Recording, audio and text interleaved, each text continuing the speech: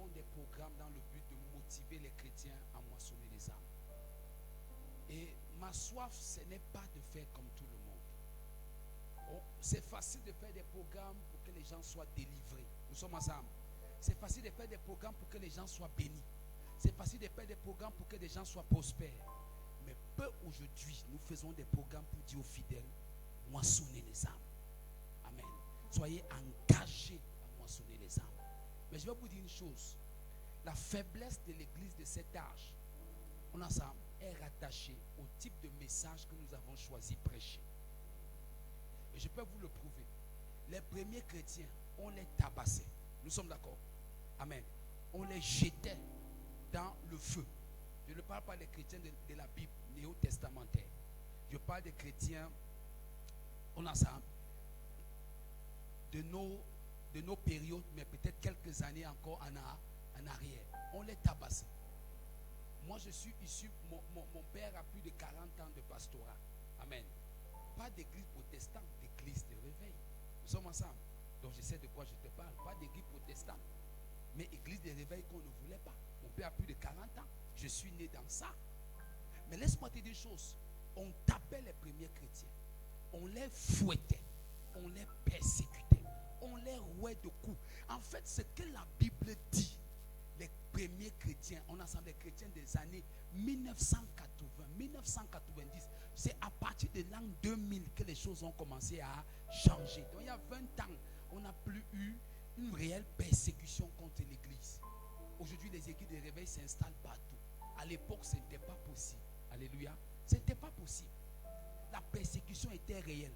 J'ai fini par comprendre là où véritablement le cœur des hommes sont tournés vers Dieu, la persécution est réelle. Mais là où les cœurs des gens sont ensemble, sont en complaisance, il n'y a pas une réelle persécution. Ne me dites pas que mes pasteurs, tu prêches pour la persécution. Non. Mais je te montre que l'un des signes, puisque Jésus l'a dit, sommes ensemble. Oh, est-ce qu'on est ensemble ici? C'est pas moi qui le dis. L'un des signes, c'était la persécution. D'ailleurs, les premiers chrétiens ont été persécutés. Nous sommes ensemble. Même Jésus a dit, faites attention.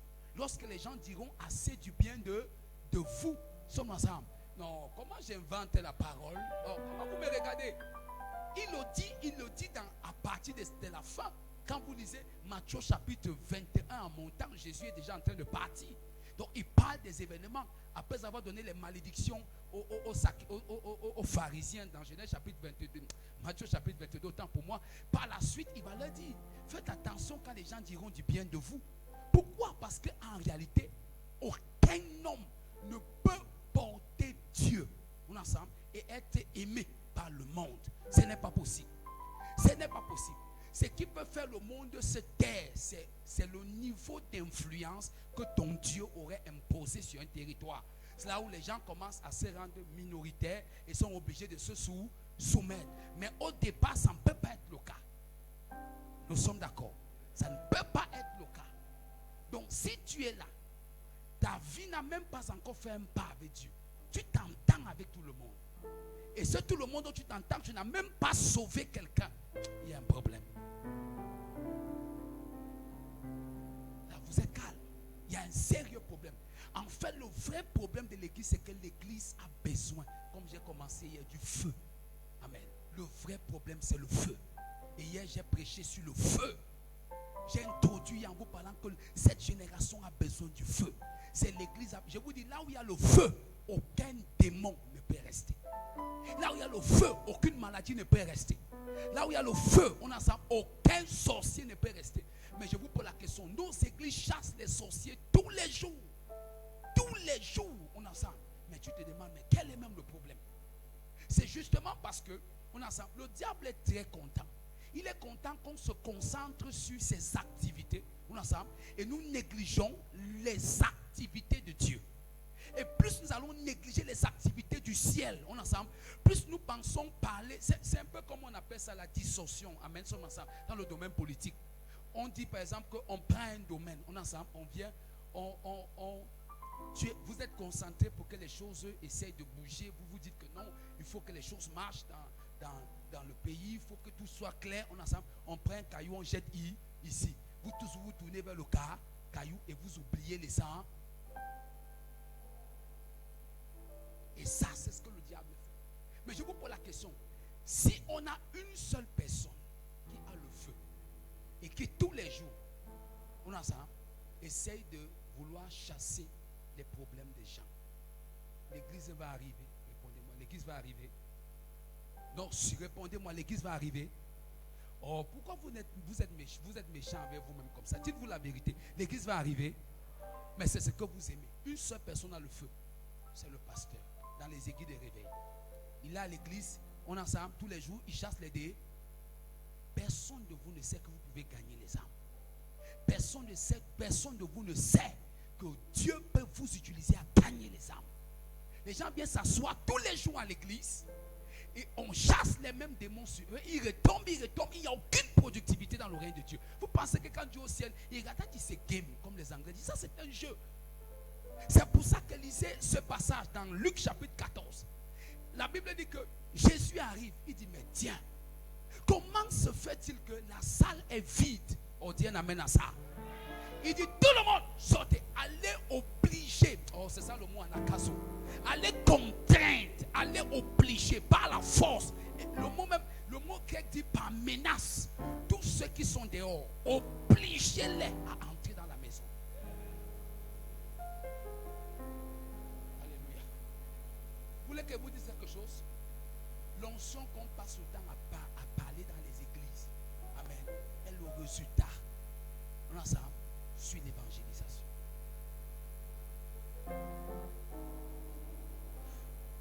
Je vous dis que l'onction que nous entendons dans les églises, oh l'onction. Si tu commences à évangéliser, tu vas sentir un revêtement spirituel. J'en parlerai tout à l'heure. Un revêtement spirituel. C'est pour ça que je veux vous inviter. Imagine qu'on a une église. Chaque jour qu'on se rassemble, l'église est comme si on te chargeait spirituellement. Tu peux exploser dans le monde. C'était ça la volonté de Dieu. Quand tu viens à l'église, tu es chargé par la parole de Dieu. Tu rentres dans le monde, on ensemble. Tu mets le feu là-bas, on ensemble. Comme je dis souvent, tu prends le feu ici, tu peux mettre le feu sur la tête de Satan au quartier. Gloire à Jésus. Mais ce n'est pas ça aujourd'hui que nous voulons dans nos églises. Amen. Alléluia. Quand tu dis évangélisation, peu de personnes savent que c'est la meilleure de toutes les activités qui réjouit d'abord le cœur de Dieu. Amen, amen. Donc, les chapelles, tout ce que nous faisons, ça va rester sur la terre. Mais les âmes en font partie. Et il va vous dire une chose qui va vous aider.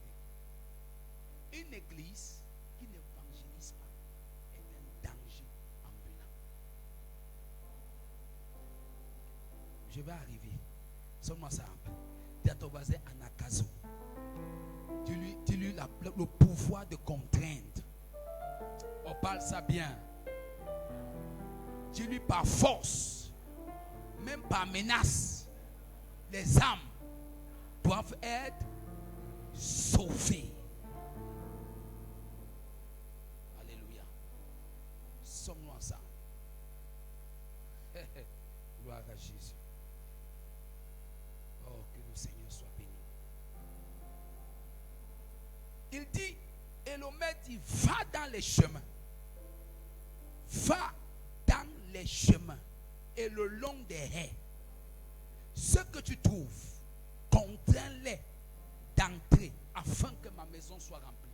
Quand il dit ce que tu trouves, le mot ce que tu trouves signifie qu'il y a des personnes que l'esprit a déjà positionnées dans les rues.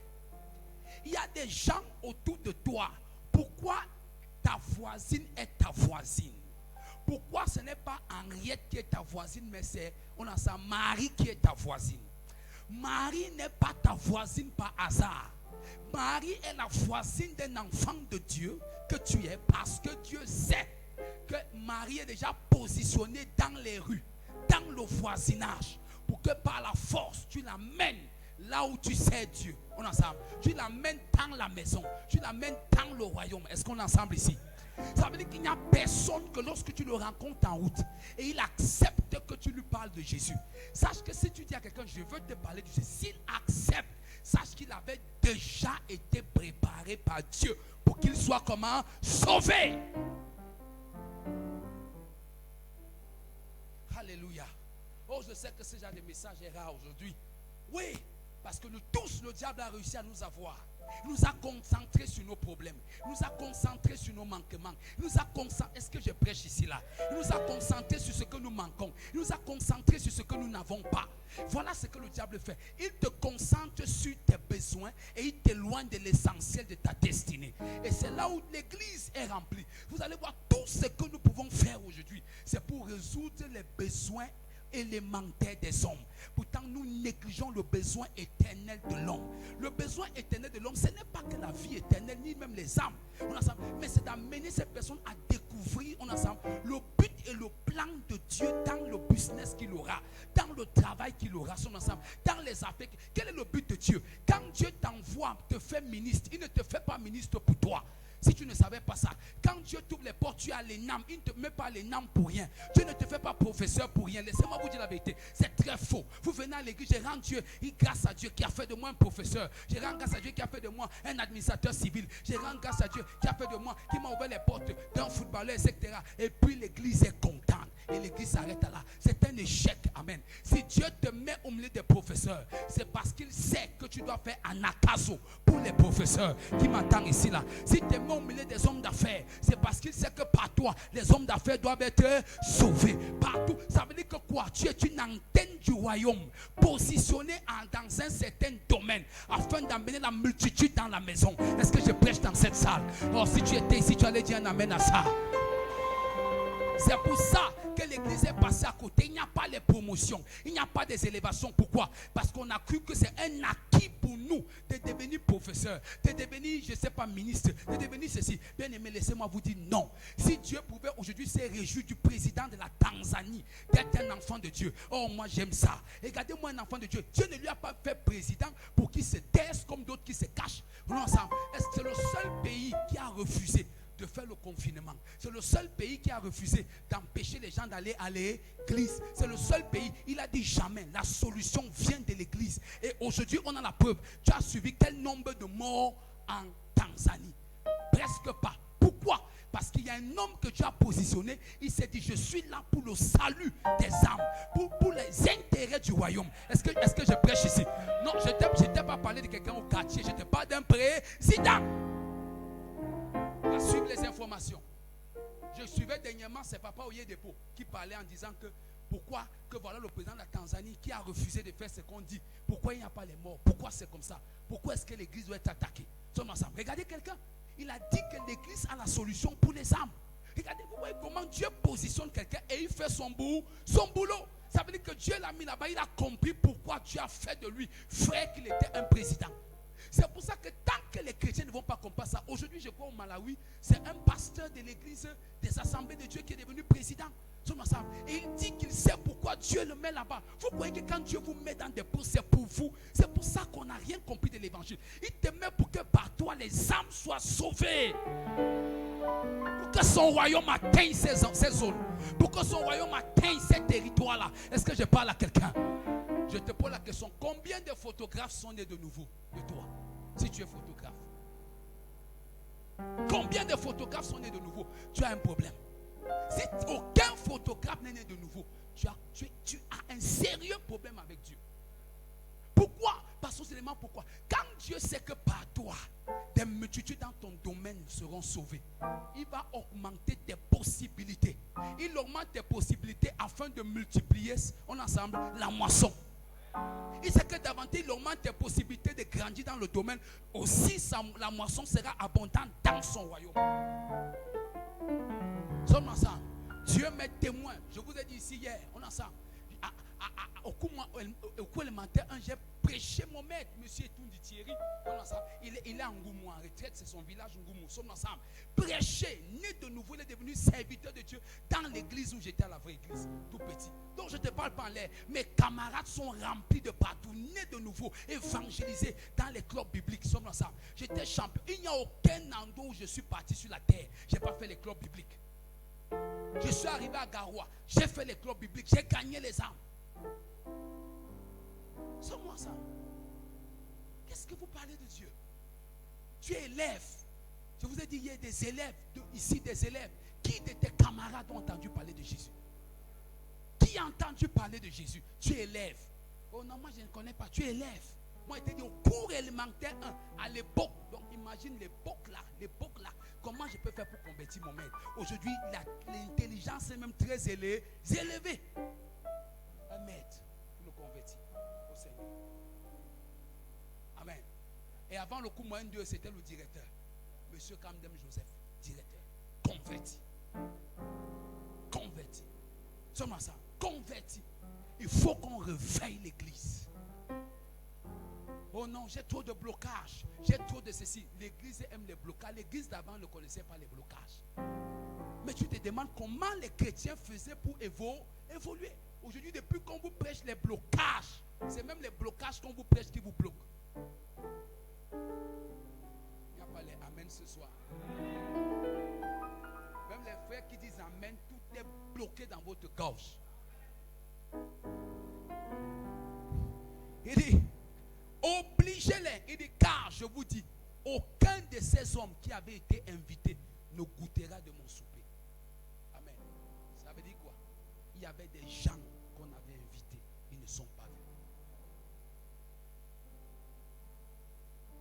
Il y avait des gens, le temps me manque, sinon j'allais entrer dans la théologie. Pour te montrer, même celui il y avait un à l'intérieur qui est entré après Jésus l'a mis dehors. Je ne veux pas rester là, ce n'est pas mon message. Tu vas comprendre.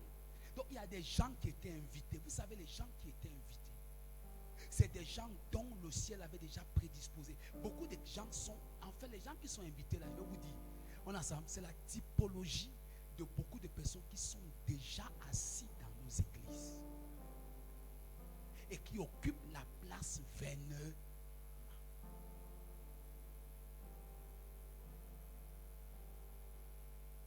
Amen. Tu ne vas jamais, ta voiture ne va jamais être ta récompense au ciel.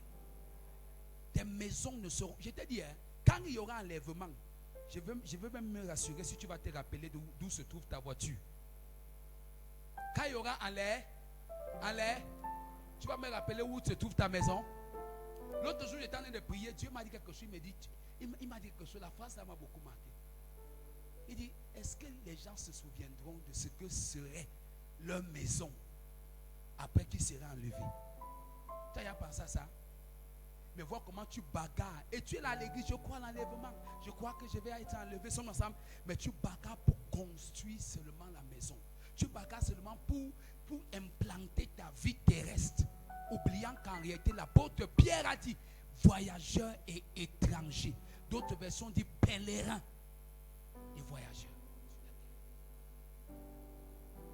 Tu te comportes comme si, on est ensemble, le temps est une éternité pour toi. Frère, laisse-moi te dire une chose.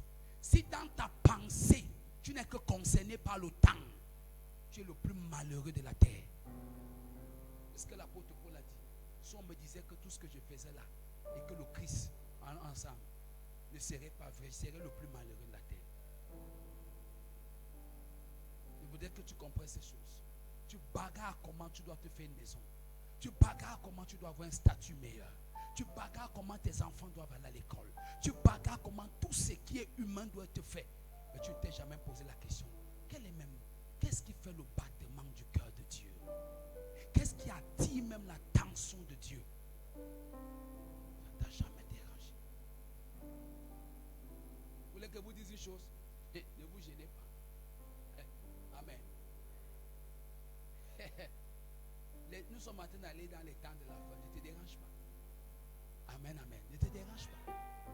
Dis à ton voisin, l'homme là, il revient bientôt. L'évangélisation n'est pas un appel, c'est un commandement divin. Je répète, l'évangélisation n'est pas un appel, c'est un commandement divin. C'est l'évangéliste qui est un appel, mais l'évangélisation est un commandement divin.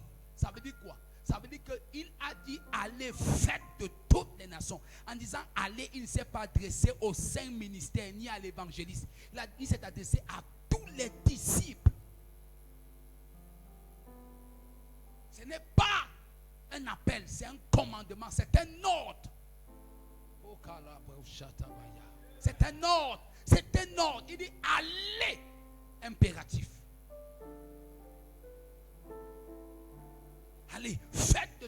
destination des disciples. C'est ce à quoi Jésus nous appelle. Allez.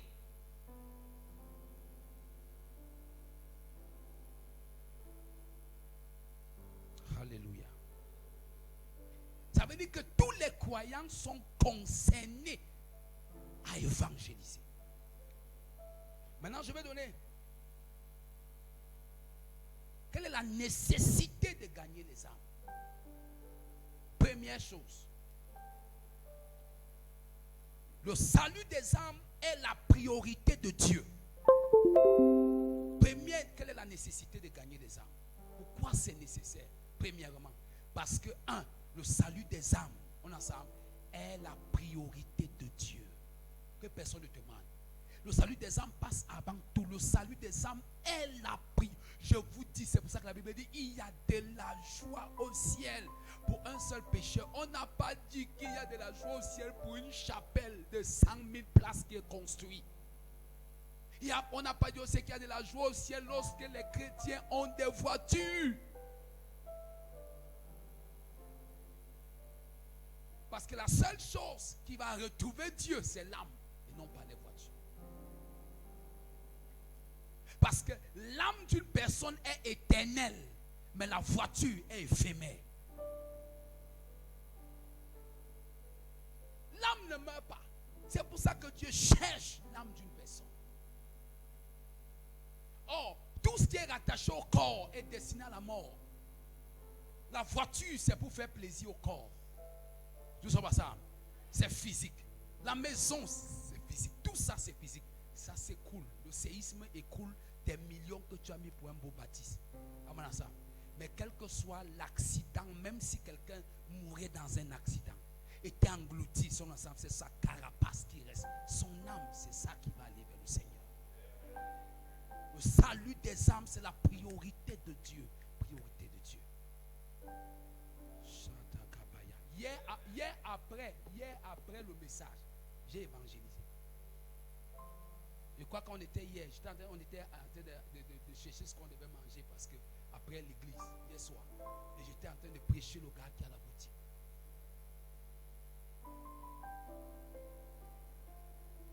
Sommes-moi ça. Je ne sais pas ce que ça fait. Donc, gagner des âmes est le rythme cardiaque de Dieu.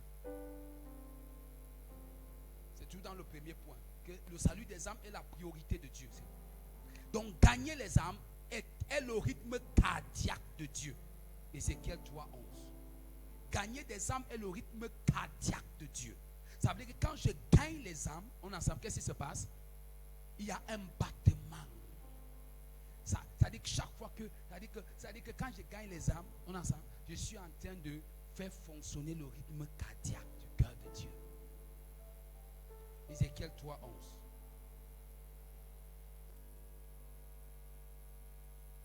Ézéchiel 3:11. Est-ce que quelqu'un peut lire pour nous?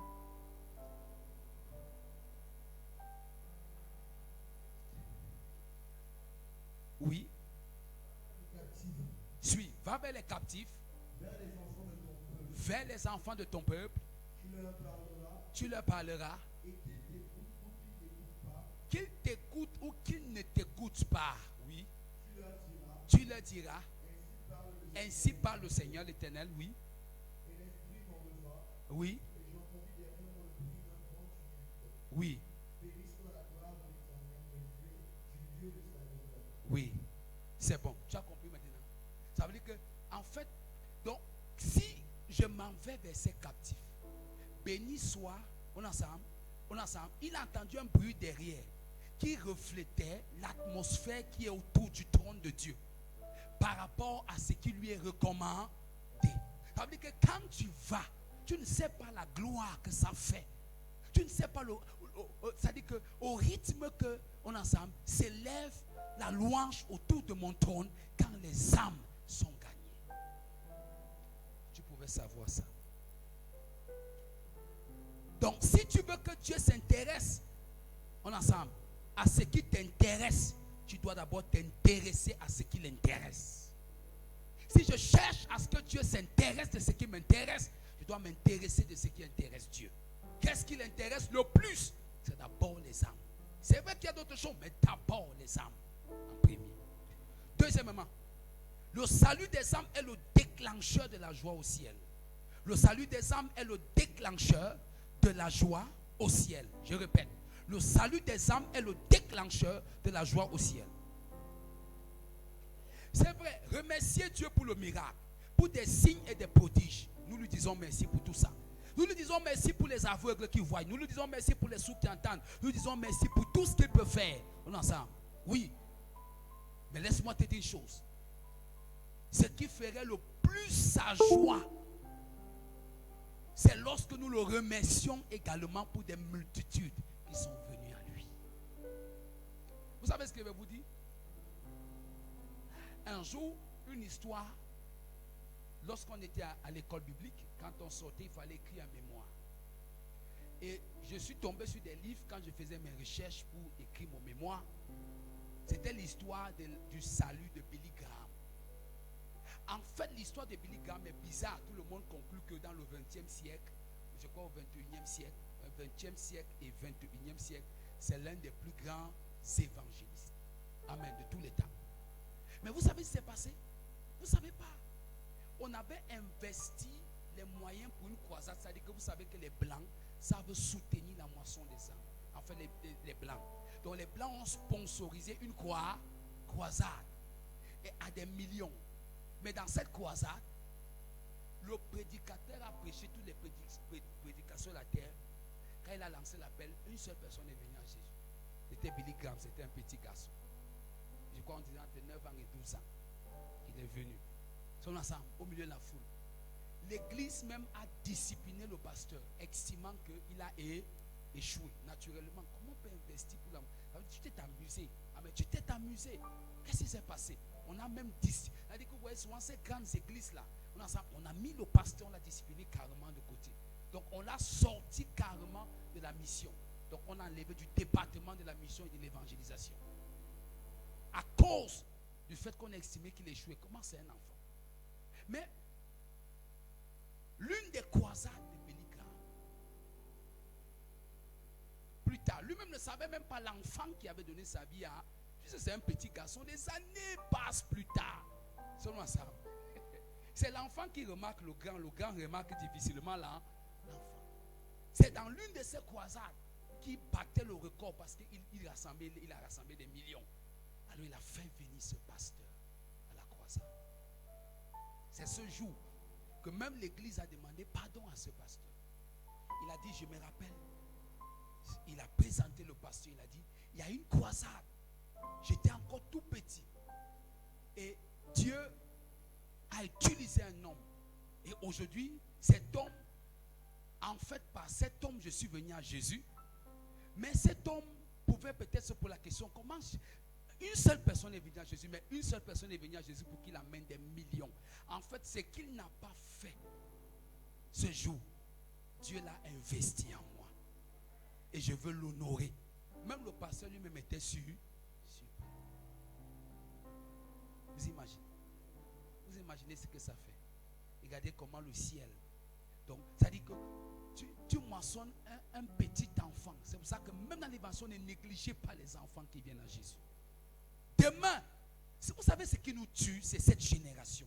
On aime le tout de suite. On pense que ce qui a marché là, c'est la personne qui est venue à l'église, c'est une grande personne, tout le monde la voit, tout le monde la sait. Non, c'est des histoires. Même un enfant.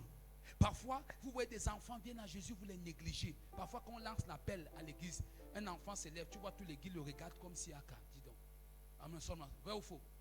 Vrai ou faux? C'est vous qui touchez le cœur des enfants là. C'est vous qui pouvez changer leur cœur. Parfois, c'est à cause de l'endurcissement de tous ceux qui étaient assis que Dieu dit que par la bouche d'un enfant qui est encore à la mamelle, j'ai fait éclater ma gloire. C'est ce que la Bible dit. Si tu refuses de servir Dieu, les enfants vont servir Dieu derrière toi. Parfois, ceux que nous négligeons aujourd'hui, qui peuvent donner leur vie au quartier, c'est ton voisin, tu t'amuses. Tu es surpris de voir que ce même voisin donne sa vie par par le toucher d'une autre personne qui était même loin, qu'il a rencontré quelque part. Et quand tu le commences à lui voir à parler de Dieu au quartier, il est zélé. tu veux maintenant venir autour de lui comme un ancien dans le Seigneur.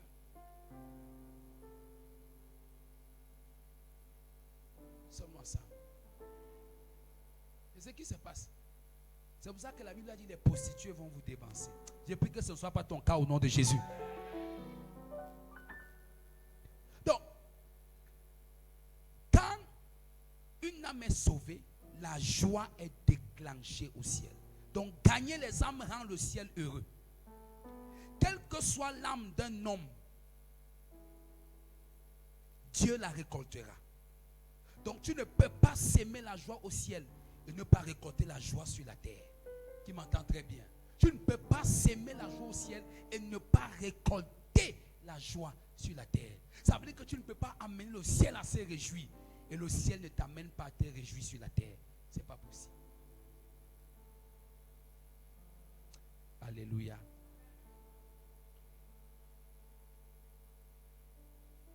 Un jour, quelque chose s'est passé. Je crois que c'est dans Luc chapitre 15. Amen. Tu vas trouver ce passage. Il y a de la joie au ciel pour un seul pécheur qui se répand. Un jour, je marchais ici à Yaoundé. Amen. On avait à l'époque au lycée de Japoma, lycée de Roger Miladouala, on avait évangélisé un ami qui s'appelle Danaï. Je ne peux jamais oublier son nom. Danaï, c'était un gars, c'était une star au lycée, c'était un autiste, mais très intelligent en classe, je crois, de première. Donc, quand on l'évangélisait, moi je crois que je faisais seconde, il était en première, après il allait en terminale. Après la terminale, je crois qu'il était sorti parmi les meilleurs à Douala. Il est venu ici à Yaoundé, c'est puisqu'il était venu faire continuer ses études. Alors moi je viens aussi à Yaoundé après le bac pour faire ici, ou à Siantou. Je croise un jour Danaï. Et vous savez ce qu'il... Oh, c'est remarquable. Il me voit, il dit, frère en Christ. C'était un dangereux, on le connaissait. Comme il était très intelligent, il était, comme on dit, un gars de la maniaque, comme on dit souvent, ami avec les professeurs, il s'échangeait. Vous savez, vous comprenez ce que je veux dire, je suis à l'hôtel, il s'échangeait, il se faisait des passes de n'importe quoi. On se comprend très bien. Alors, donc, il était dans sa vie quand on lui parlait de Jésus à Kafouté-Loka. Et chaque jour, on persistait de le prêcher. Chaque jour. Et il y avait des jours spéciaux où on sortait carrément pour aller, pendant les pauses, prêcher l'évangile au lycée. Alors, je le rencontre, je crois que c'était vers Ngouekele, peut-être là où il y a l'école normale. C'est pas ce que j'étais allé faire là-bas. Je passais et je marchais même à pied. Je vois quelqu'un me crie, frère en Christ. Oh, donc entre temps, il a donné sa vie au Seigneur. Il me dit, non, tu ne sais pas. J'étais ignorant, je ne comprenais rien. Il me dit, non mon gars, je ne comprenais rien. Le Seigneur m'a sauvé. Il dit, je suis dans la joie. Je ne savais pas qu'il y a du bonheur. Il dit, quand tu me parlais avec les Kamgala, les Ndemou, je ne comprenais rien. On ne comprenait rien. Sommes ensemble. Alléluia. Tu vois la joie, la joie, la joie que Jésus a changé le cœur de quelqu'un. On est resté là 2 heures de temps. On allait au restaurant. Dans la joie, il dit non. Il dit que ça dit que le Seigneur m'a transformé. Il dit non, je persévère dans une assemblée. Non, ça va bien. Chaque jour. Tu vois, imagine des choses pareilles. Moi-même, j'étais là, je le regardais comme si j'étais à la télévision. Parce que ce n'était pas croyable pour moi. Mais mon rôle, c'était de prêcher. Et la sémence avait été mise. Quelqu'un d'autre est venu, moi, sonner. C'est pour ça que Jean chapitre 4, 38 dit, vous entrez dans un travail que d'autres ont déjà commencé. Jésus dit, je vous appelle seulement à moissonner. Il dit, car les champs sont déjà blancs. Les champs ont blanchi. La moisson est prête. Mais vous, ne croyez pas que c'est à cause de vous. Non, vous entrez dans un travail que d'autres ont déjà commencé. Comment ça? Est-ce que tu sais que même si la personne donne sa vie quelque part, la bénédiction te trouve? Parce que tu as la base. Est-ce que je parle à quelqu'un ici? Oh Dieu n'amène à ça. Oh Dieu n'amène à ça. Troisièmement, le salut des âmes est la récompense de la difficulté de notre maître. Le salut des âmes est la récompense de la difficulté de notre maître. Ça veut dire quoi? Le salut des âmes est la récompense, la souffrance pour laquelle Jésus est venu dans ce monde en vue de notre sœur, en vue de notre rédemption. Donc le salut des âmes est la récompense, on a ça, de la souffrance de notre maître. Ça veut dire en gagnant des âmes, nous assurons que notre Seigneur n'a pas souffert en vain sur la croix du Calvaire. Quand tu gagnes les âmes, tu dis à Satan, sache que mon Seigneur là n'a pas souffert en vain pour moi et pour l'âme que tu tiens captif. Alléluia. Est-ce que nous sommes ensemble ici? Nous apportons la satisfaction à son travail. Donc quand tu gagnes les âmes, tu apportes la satisfaction à son travail. Jésus-Christ est impatient de voir la raison pour laquelle il a souffert. Il est impatient de voir que la raison pour laquelle il a souffert soit accomplie à travers l'œuvre de la grande moisson. Alléluia. Est-ce que je parle à quelqu'un ici? Chaque fois que tu tends la main pour gagner les âmes, on ensemble, de manière indirectement, tu dis à Dieu, ce n'est pas en vain que tu es venu à la croix, que tu t'es fait homme et venu à la croix mourir pour moi. Alléluia.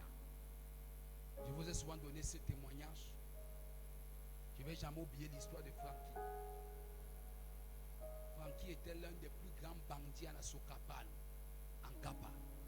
Ceux qui connaissent Kapa, quand tu es à Douala, en allant après Sousa, non, avant Sousa, à Kapa, quand tu vas vers Mbanga, vers l'ouest, un bandit patenté. Tout le quartier avait peur de Frankie. C'est, je vous dis, connu. Aujourd'hui, Frankie était un puissant serviteur à Bafoussam. Il avait des locks comme ça jusqu'ici. Et un soir, on va à la croisade avec nos frères, parce que j'étais en l'église, dans la jeunesse, on était deux évangélistes. Il y avait l'évangile Chardin et moi aussi on était les deux qui tenaient toutes les croisades. Donc même dans notre église, bon, comme notre pasteur c'était un enseignant, donc il n'était pas lui donc c'était un fin enseignant. Alors, et nous on était les évangélistes de l'église. Nous sommes allés en Kapa, donc soit quand s'il y a 3 jours, soit notre père organisait. C'est comme ça qu'on arrive.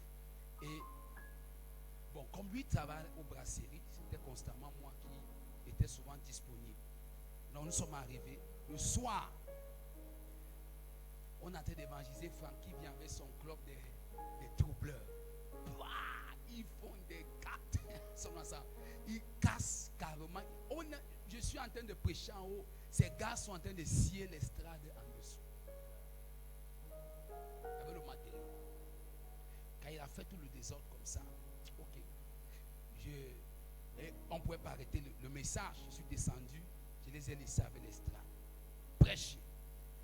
Alors, le soir, j'ai demandé à un frère qui était dans la zone de me montrer la maison de Francky. Il me dit que ce n'est pas possible. Francky, tu veux qu'il nous poignarde? J'ai dit, on va partir. Et j'étais avec un frère, paix à son âme, il est déjà parti vers le Seigneur. Bessa, Bertrand, très zélé. Alors je lui dis, accompagne mon pas. On arrive là-bas. Alors Francky et ses gars nous suivent pour nous poignarder. Alors qu'est-ce qu'ils font pendant qu'ils nous suivent? Nous on court, j'ai dit, entraînons-le vers là où on restait, le camp, là où on était en camp de l'église, quand nous sommes arrivés là-bas. Quand j'ai traversé le bouton en flèche, parce que c'est là que celui avec le frère, il y avait un bananier, je me suis arrêté. J'ai dit, tu peux maintenant me poignarder, Francky. Mais avant que tu me poignardes, je vais te dire quelque chose. Permets-moi de te dire quelque chose. Il m'a dit, ok.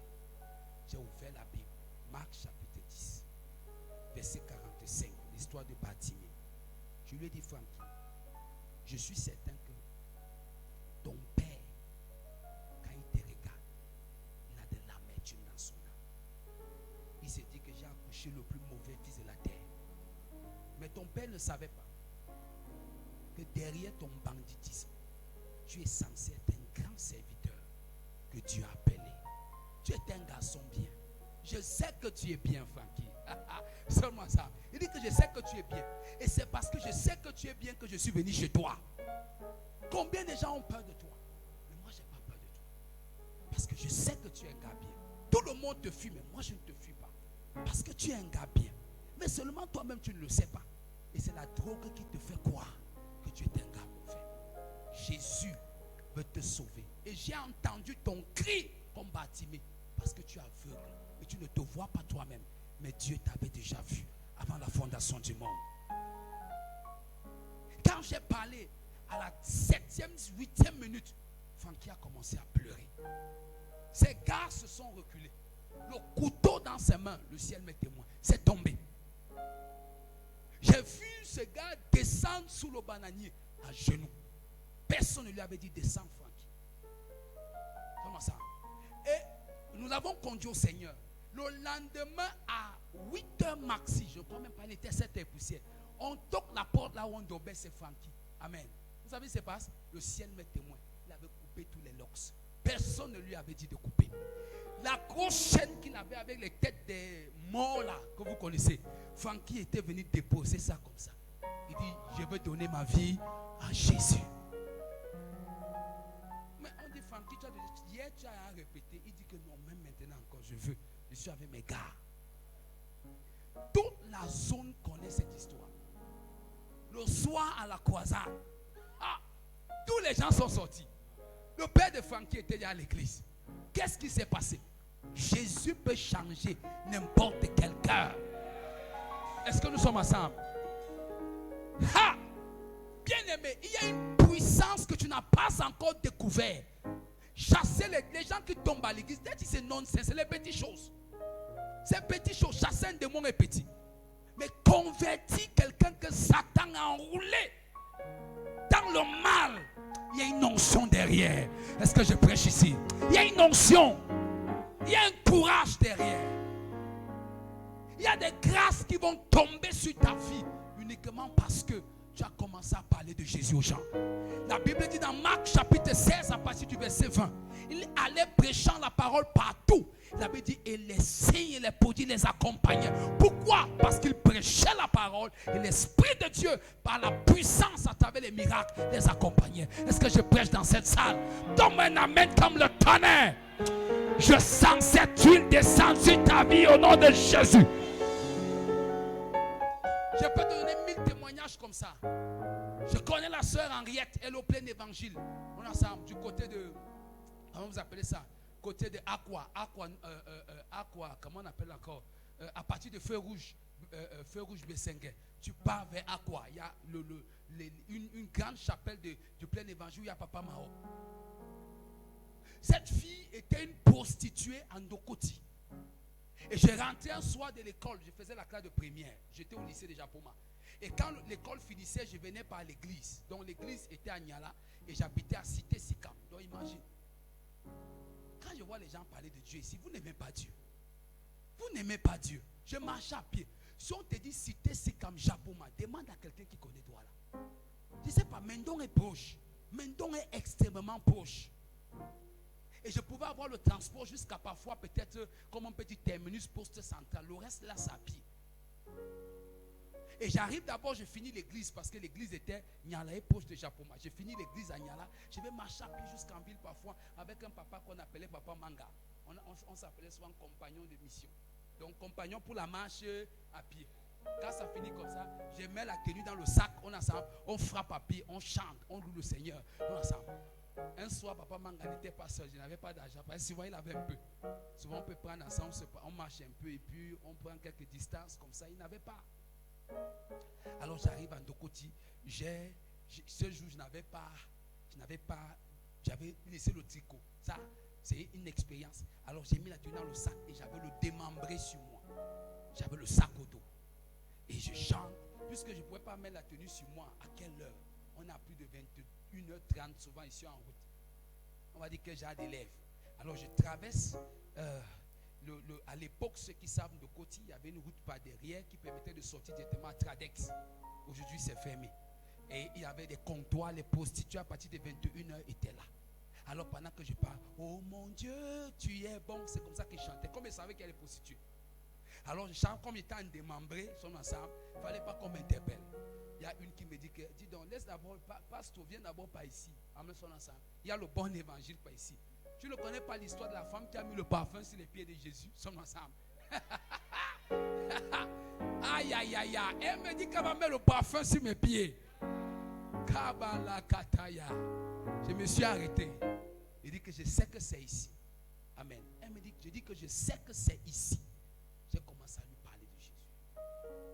Je lui dis que, j'ai commencé à lui prêcher. L'histoire l'histoire de cette femme. Comment elle n'avait pas la tranquillité malgré les dons que les rois lui faisaient au travers de la valeur. La valeur du parfum était la preuve qu'elle ne couchait pas avec n'importe qui. Et je lui dis que je suis certain que ce n'est pas n'importe qui vient vers toi. Mais si tu reviens ici le soir, c'est parce que tu n'as pas trouvé le bonheur. Si tu avais trouvé le bonheur comme elle, tu aurais arrêté. Mais si tu viens ici, c'est parce que quelque chose ne va pas quelque part. Et cette satisfaction-là, seul Jésus peut te la donner. Alléluia. Je lui dis que regarde-moi. Tu vois, je suis en démembré. Je ne me plains pas. Mais je suis dans la joie parce qu'il est à l'intérieur de moi. Je marche à pied parce qu'il est à l'intérieur de moi. Il y a une paix qu'il te donne. Il dit, je vous donne ma paix. On a ça. Il dit, pas comme le monde la donne. Le monde te dit, peut-être pas la voiture. Quand tu auras une belle voiture, tu vas te sentir à l'aise. Mais quelques mois après, la couleur et l'odeur de la voiture a disparu. Tu rentres dans les mêmes déceptions intérieures. Et c'est comme ça que ça n'a pas tardé. Oh, que Dieu fasse cette grâce. J'ai vu une larme couler quelque part ici. Dès que ça coulait, tu connais, quand ça coule, j'ai encore mis le pied sur ensemble. Il faut que le deuxième coule sur ensemble. J'ai encore appuyé à l'endroit. J'ai prêché sur ensemble. Gloire à Jésus. Il me dit, qu'est-ce que je fais? Je lui dis, tu as besoin de Jésus. Seul lui peut t'enlever d'ici. Amen. Seulement ça. Et pendant un bon bout de temps, j'ai aidé cette soeur avec mon argent de beignet pour qu'elle ne rentre plus là-bas. Alléluia. C'est comme ça qu'elle a donné sa vie à Jésus. Et elle m'a dit, ok, je suis pour. Je lui ai dit, non, tu peux, comme tu es très loin, tu ne peux pas venir, moi je vais à l'église. C'est mieux que tu vas chez Papa Mao. Plein d'évangiles à côté là-bas. Que Dieu te bénisse. C'est comme ça qu'elle est allée. Laisse-moi te dire une chose. Qu'est-ce qui brûle ton âme? Qu'est-ce qui fait ta passion? Qu'est-ce qui fait ta passion? Avant de dormir, qu'est-ce qui te trouble le plus? C'est que tu as eu une journée où il n'y a pas eu beaucoup d'entrées dans tes affaires? Ou c'est une journée où il n'y a pas de gens? Tu te dis non, si je dors comme ça, mais je n'ai pas encore parlé de Jésus à quelqu'un. Qu'est-ce qui a fait l'évangile aujourd'hui? Qui nous a éloignés de Christ de cette manière? Avec le matériel, qui nous a éloignés de Jésus à ce niveau. Écoutez ce que l'apôtre Paul leur dit. Il a dit, mais il dit, qui vous a envoûté de la sorte? Qui nous a fait ça? Là où tu es là, un autre a souffert pour que Jésus te rencontre.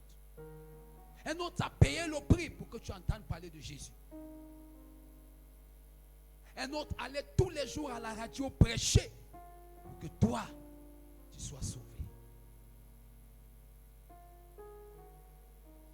Quatrièmement, le salut des âmes.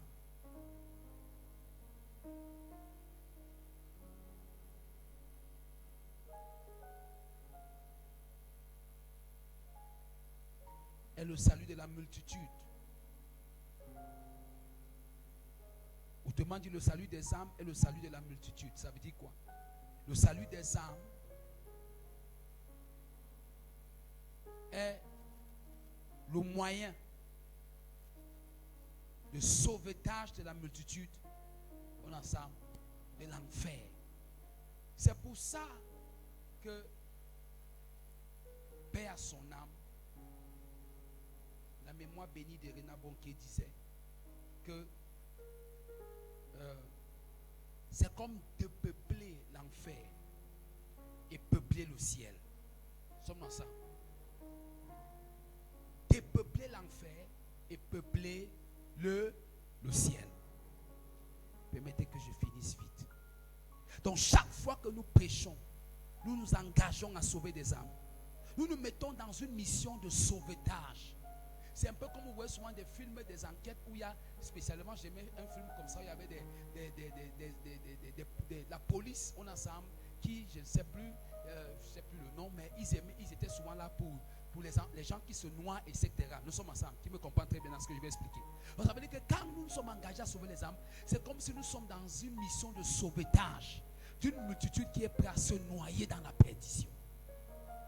Donc tu deviens comme un sapeur-pompier, disait Renard Bonquier, pour éteindre les flammes de l'ennemi contre la multitude des personnes.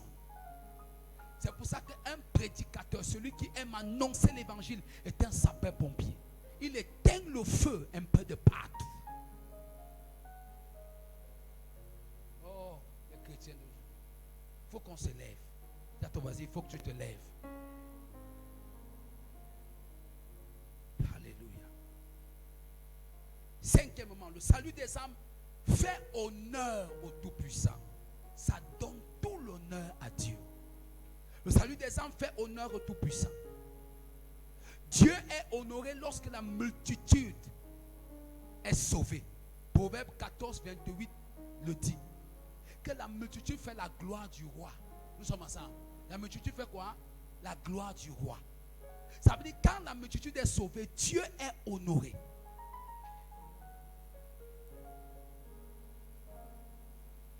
Est-ce que vous savez à quel point il est embarrassant d'avoir une occasion de parler de Jésus à quelqu'un et ne pas le faire? Tous les jours, tu as cette occasion. Dans le bus, dans les taxis, on est ensemble. Dans les lieux de service, on est ensemble. Dans des missions, etc. Vous savez ce que je vais vous dire? Quand la multitude n'est pas sauvée, il n'y a pas la gloire à Dieu. Je vais vous prendre un exemple. Lisez la Bible. Qu'est-ce que la Bible dit? La Bible dit que lorsque les souverains, le Sanhédrin et les pharisiens voyaient que la multitude suivait Jésus, ils avaient peur à cause de la... Oh, vous ne lisez pas la Bible? Ils avaient peur à cause de la foule. La Bible dit qu'ils avaient peur de le toucher à cause de la foule. Ça veut dire que partout où la multitude vient à Dieu, ça fait honneur à Dieu.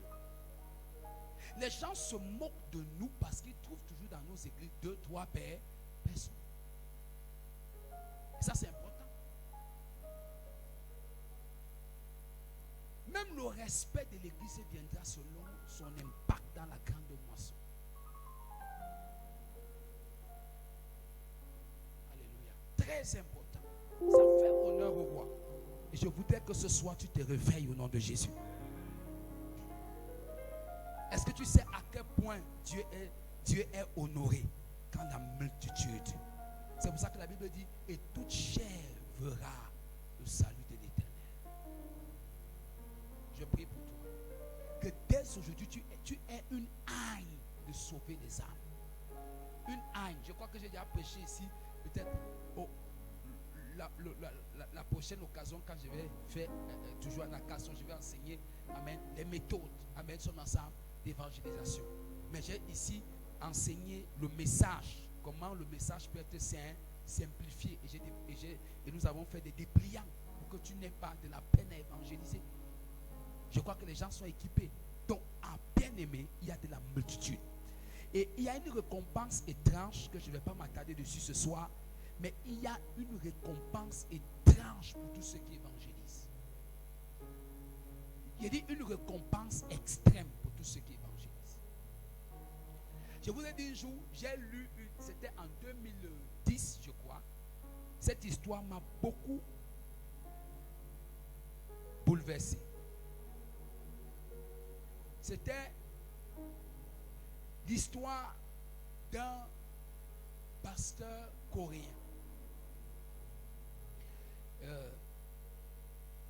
Très béni, très riche.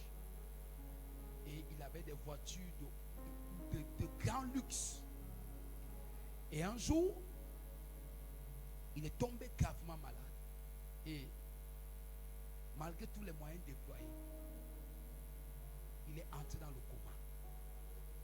On se dit, soit il est mort, soit on ne sait pas ce qui s'est passé. Et dans le coma, il s'est retrouvé dans l'éternité. Dans l'éternité, qu'est-ce qui s'est passé?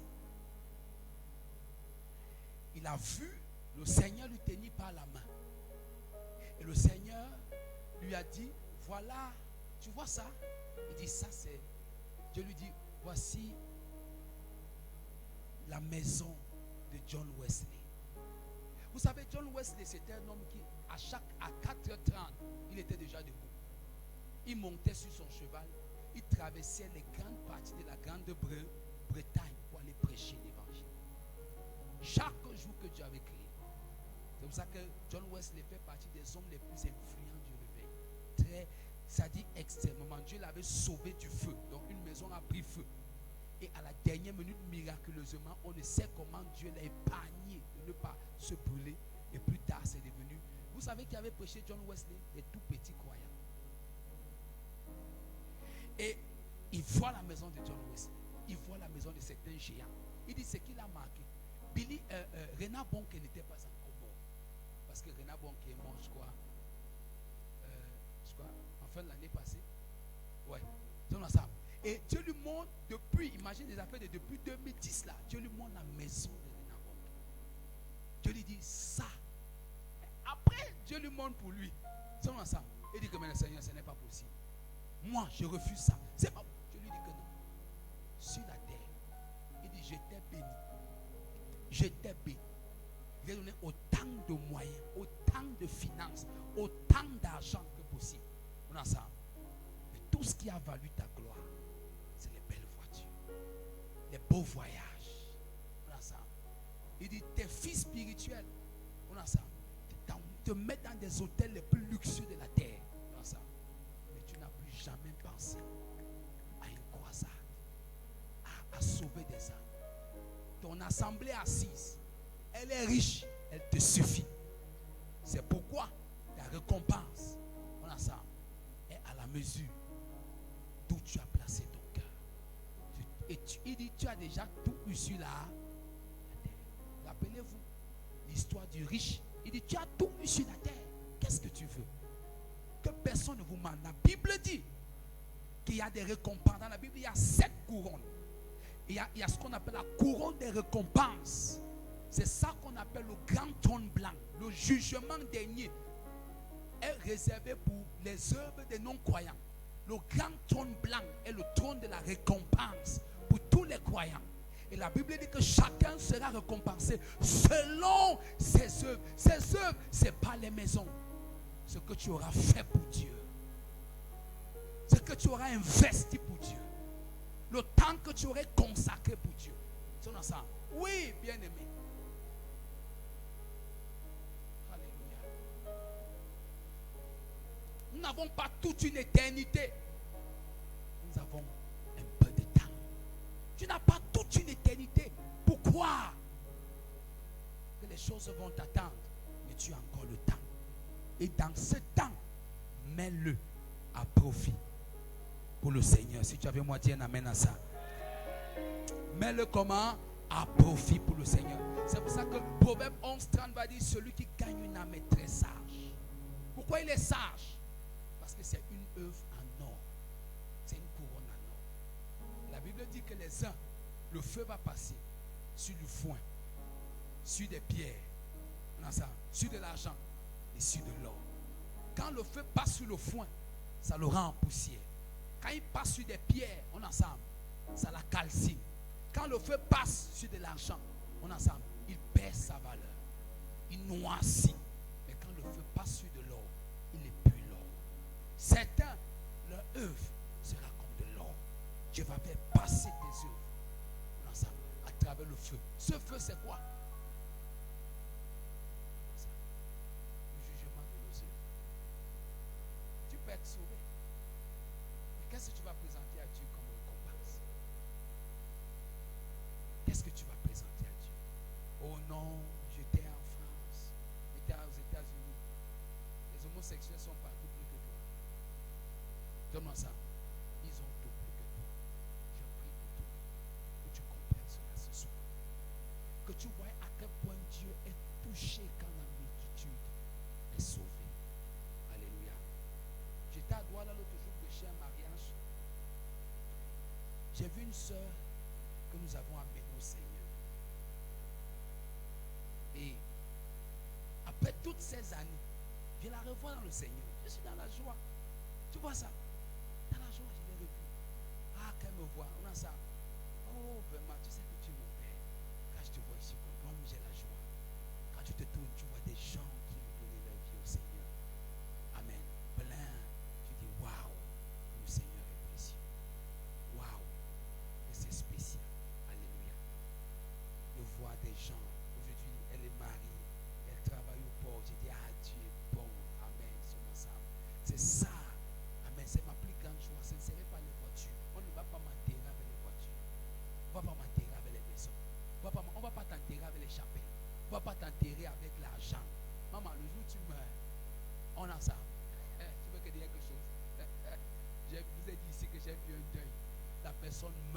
savez ce qui se passe? Le père est encore mort. On n'a même pas encore, on est encore en train de faire les réunions, comment on va l'enterrer. Le fils est lui en train de réparer les chambres de dehors que son père bloquait pour mettre les locataires. Donc le locataire entre pendant que le deuil se passe. C'est ce qu'on appelle ça. Les Anglais disent souvent, quel temps perdu, quelle vie perdue. Tu imagines? C'est-à-dire que tout ce que tu as bagarré sur la terre pour avoir, tu pars comme Dieu. Tu vas partir comme Dieu. La seule chose qui t'accompagne, ce sont tes œuvres. Il dit, heureux sont ceux qui meurent dans le Seigneur, car leurs œuvres les précèdent. Ça veut dire qu'avant que tu n'arrives là-bas, tes œuvres t'ont déjà précédé. Bienvenue dans la... Oh, c'est Jésus qui a dit. Il dit, bienvenue dans la gloire de ton maître. Valeureux serviteur, tu n'as pas pris ton talent, tu as enterré. Pourquoi les gens sont dessus dans l'église aujourd'hui? Pourquoi les gens changent d'église en église? Pourquoi des pasteurs vous déçoivent? C'est parce que vous n'aviez pas rencontré la passion pour Dieu. Tu connais quel genre de déception nous on a connu? Amen. Tu crois que j'ai abandonné? Je vous ai dit ici que j'ai eu, parmi les pasteurs que j'ai eu dans ma vie, j'ai eu un pasteur. On a ça. Où il a commis des dégâts plus pires même que le diable. Ça pour finir. Oh non, vraiment, je suis déçu. Oh non, vraiment, je suis déçu. Oh non, vraiment, Dieu, je ne comprends pas les églises. Dieu n'a rien à voir avec les églises. Il a à voir avec ton âme.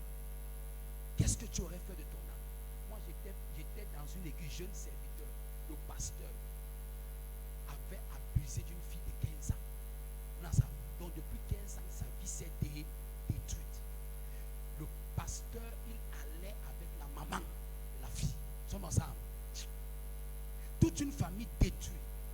L'église même, c'est une terrible église, c'est complètement détruite. J'étais là, j'étais au courant de tout ça. Je ne bougeais même pas une seconde. Même pas une seconde. Et tous les serviteurs que j'ai trouvés dans l'église là, on a senti qu'ils étaient là. Aujourd'hui, nulle personne ne peut même pas ouvrir la bouche où je parle. Tous, quand ils me voient, ils m'appellent papa maintenant. Tous. J'ai trouvé des serviteurs. C'était leur travail. Je suis là pour servir Dieu. Donc, l'homme ne peut pas m'empêcher de servir Dieu. Et j'étais dans la même, je vous dis devant Jésus. Amen. Si tu vas au pont de la gare, tu demandes, si je donne le nom de telle famille, tu demandes, ils étaient avec moi ou non. C'est eux qui connaissent l'histoire. Je suis venu à l'église, les gens étaient là, ils dormaient. Je l'ai dit au pasteur, vraiment, j'ai appris que l'église a une cellule quelque part, à Jalingo, à 50 km de Gawa. S'il te plaît, calcule mon âge, je ne pas les affaires de 2003, 2004. Il n'y a pas d'argent. Je marche à pied 50 km de Gawa pour aller à Jalingo prêcher. Dans la cellule là. Le vendredi, je pars avec la tenue. Je quitte directement l'école. Je loue le vélo. Je loue le vélo 500 francs le week-end. Quand je loue le vélo, le jour où il n'y a pas la haine, je loue le vélo. C'est là-bas que j'ai appris à faire le vélo. Je loue le vélo. Je marche, Dieu m'est témoin. Je marche dans les champs de blé. Peut-être vous ne connaissez pas le nom. Dans les champs, il n'y a pas de maison. On nous a appris ça, on a ça. L'habitation, la densité de l'habitation. C'est-à-dire que dans les forêts, pour aller là-bas, prêcher l'évangile. C'est moi ça. J'ai gagné là-bas. On a construit même l'église là-bas. Imagine. Et c'est les arbres là. C'est-à-dire que ce n'est pas une affaire des hommes. On n'a pas besoin de savoir qu'est-ce qu'on fait à côté. Qu'est-ce qu'on fait. Aujourd'hui, les gens sont dans les bassesses. Tel a dit ceci, tel a dit. Si les âmes sont gagnées, les nuits ne peuvent pas exister dans un peuple. Parce que chaque jour que notre pensée est portée vers la vision du Christ, on ne peut pas s'occuper de la mentalité, du comportement des hommes. Amen. Même ceux avec qui étaient là, quand on faisait le bac, les jeunes serviteurs là, tous plein ont échoué. Je les vois là, ils sont en train de faire des champs et ils sont dans tout ça de problèmes ici, même au sud. Mon objectif c'était de servir le Seigneur, gagner les âmes, sauver les âmes. Et quand j'arrivais vendredi comme ça le soir, samedi matin à 10h, c'était le jour du marché. Nous sommes au marché en train d'évangéliser, inviter les gens pour la prière le soir et le culte le dimanche matin. Bien aimé, vous devez être passionné pour le Seigneur. Tu es dans l'église, quelle âme tu as sauvée? lequel on se tourne à l'église, qui est-ce qui par toi, on peut regarder, on dit oui, celui-ci, il a été sauvé. C'est toi qui l'as prêché l'évangile. Amen, amen. Montre-moi. Tout ce qui intéresse aujourd'hui les gens à devenir serviteurs de Dieu, ce sont les vestes et les chaussures. C'est ça, les vestes et les chaussures. Amen. Les vestes et les chaussures. Mais les âmes, on l'a perdu. Et puis que Dieu te touche ce soir. Qu'il te ramène à lui. Qu'il ramène ton cœur à l'essentiel, à sa priorité. Est-ce que tu es avec moi ce soir? Est-ce que tu es avec moi ce soir? Il a dit oblige-les. Dis à ton voisin, oblige-les. Il y a l'onction dans l'évangélisation. C'est pour ça que la Bible dit que le Samaritain a versé l'huile et le vin sur les plaies du monsieur qu'on avait jeté le long de la... C'est parce que la Bible dit. La Bible dit que quand il a croisé, la première chose il a fait quoi? Il a versé le vin et le... Il a versé le vin et de l'huile. Le vin, c'est le symbole du Saint-Esprit. L'huile, c'est le symbole de l'onction. Donc vous comprenez que chaque fois que tu cherches à sauver une âme, il allait le déposer à l'infirmerie. L'infirmerie, c'est l'église. Que le pasteur prend soin de lui. Il a versé, il a dit, il s'est investi, il dit que je paye les premiers soins. Et le reste, je vais encore donner. Ici, quand vous lisez ce texte, Jésus parlait de comment il faut porter, sauver les âmes, les prendre ensemble et les amener dans la maison, afin que leur âme soit prise en charge. Que Dieu te bénisse ce soir. Peut-être tu m'écoutes ce soir et tu n'as pas encore donné ta vie à Jésus. Tu n'as pas encore autant pour moi reçu la vie de Jésus. Je t'invite à recevoir sa vie ce soir. Peut-être tu m'écoutes, tu n'as pas encore reçu la vie de Jésus et tu es ici ce soir. Tu veux que Jésus entre dans ton cœur. Tu veux que Jésus soit le maître en charge de ton âme. Tu lèves la main. Tu n'es pas né de nouveau. Tu n'es pas né de nouveau. Jésus n'est pas dans ton cœur. Lève la main. C'est une opportunité. Vous savez, j'ai souvent l'habitude de dire que le temps que nous avons sur la terre est une infime partie que l'éternité nous a cachée. Amen. Qui me comprend très bien? Le temps est une infime partie que l'éternité t'a cachée. Ça veut dire que le temps que tu as, c'est encore l'opportunité de venir à Jésus. Parce que tu n'as pas de vie, mais c'est lui qui a la vie. Et il veut te la donner. Si tu as levé la main, amen, sommes ensemble, avance. Acclamons le Seigneur pour notre soeur. Avance. Peut-être tu es encore dans la salle, toi aussi tu veux venir à Jésus. Viens ici, mon soeur, viens ici. Tu es dans la salle, toi aussi tu entends ce message, il peut changer ta vie. Lève la main, joins-la ici. Toi aussi. Ah, viens mon ami, acclamons pour lui. Oh, j'aime ça. Oh, ça c'est bien ça. Est-ce qu'il y a une autre personne qui veut venir à Jésus? Amen. Il va entrer dans ton cœur. Toi aussi tu dis non, moi je veux venir à Jésus. Peut-être, vous savez, parfois nos enfants viennent à l'église. Maman, regarde l'hôtel, regarde-moi. Voilà, ça c'est super comme ça. Voilà. Acclamons pour elle encore. Peut-être, sommes ensemble. Parfois, nos enfants viennent à l'église, mais ils n'ont jamais donné leur vie à Jésus. Mon père est pasteur. J'étais à l'église. Mais la rencontre avec Jésus s'est faite quand je faisais la classe de 4e. Mais rappelle-toi que je t'ai dit qu'au coup, elle mentait un, j'ai prêché quelqu'un. Au coup, moi, un, deux, j'ai prêché mon directeur. Amen. Ils sont venus à Jésus. Mais moi-même, je n'avais pas encore rencontré Jésus. Mais quand je faisais 4e, un jour, mon père a mis une cassette à l'époque de Papa Karambiri. Et il prêchait sur la femme samaritaine. Je ne peux jamais oublier cette prédication. J'ai été tellement touché et mon père venait à peine de construire sa maison. Et on n'avait pas encore cimenté la maison. On arrosait encore la maison. Et pendant que Papa Karambiri prêchait, la parole me touchait. Il a dit, tu peux même être fils de pasteur. On ensemble. Tu sais bien tout ce qu'on fait à l'église. Mais tu n'es pas né de nouveau. C'était comme si on avait tiré une flèche dans mon âme. Je suis descendu à genoux. Et on venait d'arroser le sol, il y avait la poudre. Je suis descendu. J'ai commencé à pleurer. Et mon père, apparemment, est entré, mais il est resté à la porte. On voit jusqu'où le cinéma là va finir. Mais c'était un vrai cinéma. Nous sommes ensemble. C'était ce jour que quelque chose a entré dans ma vie.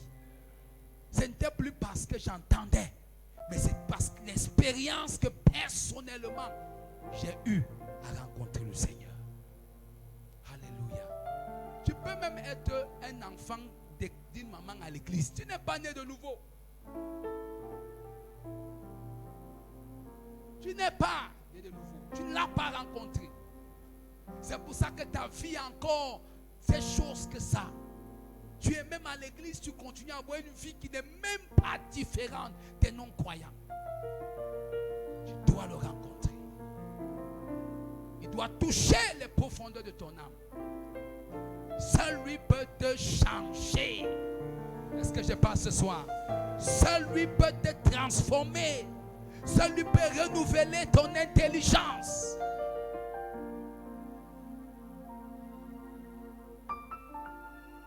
Jésus, je viens. Jésus, je viens à toi. Est-ce qu'on peut se lever pour les accueillir dans le royaume du Seigneur?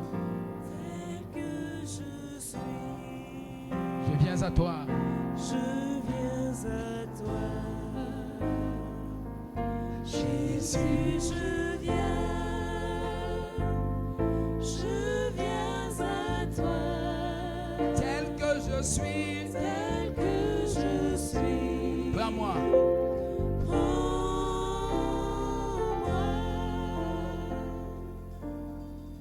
Le fait que vous soyez venu, Dieu, il t'a pardonné avant même que tu ne viennes à lui. Quand tu acceptes de venir à lui, tu reçois son pardon. Dites avec moi, Seigneur Jésus, ce soir, tu répètes aussi, dis Seigneur Jésus, allons ensemble, Seigneur Jésus, en ce jour spécial, pour mon âme, je t'accepte dans ma vie comme mon Seigneur et mon Sauveur personnel. Merci d'entrer dans mon cœur, de m'apporter ta vie en ôtant ma vie de pécheur, en ôtant mon fardeau, en ôtant mon iniquité et mes transgressions. Je sais que je suis pardonné. Je sais que mes péchés sont oubliés à jamais et que mon vêtement est lavé dans le sang de l'agneau. Je t'accepte comme mon sauveur et mon Seigneur personnel. Merci d'entrer en moi, de m'apporter la vie éternelle. Je sais que je suis né de nouveau, que la vie de Dieu habite en moi et que je ne suis plus la même personne. Amen. Acclamons pour eux au nom de Jésus. Jésus, je viens. Seigneur, je laisse celle dans ton sang précieux. Que plus jamais le monde et la nature adamique vous tiennent captifs, mais que Jésus se révèle davantage à vous, afin que vous puissiez le servir et l'appartenir à jamais au nom de Jésus. Amen. Que Dieu vous bénisse. Vous pouvez vous asseoir. Et attendez. Bien, monsieur Bila. Vous voyez le papa si. Voilà. Eux, ils le connaissent.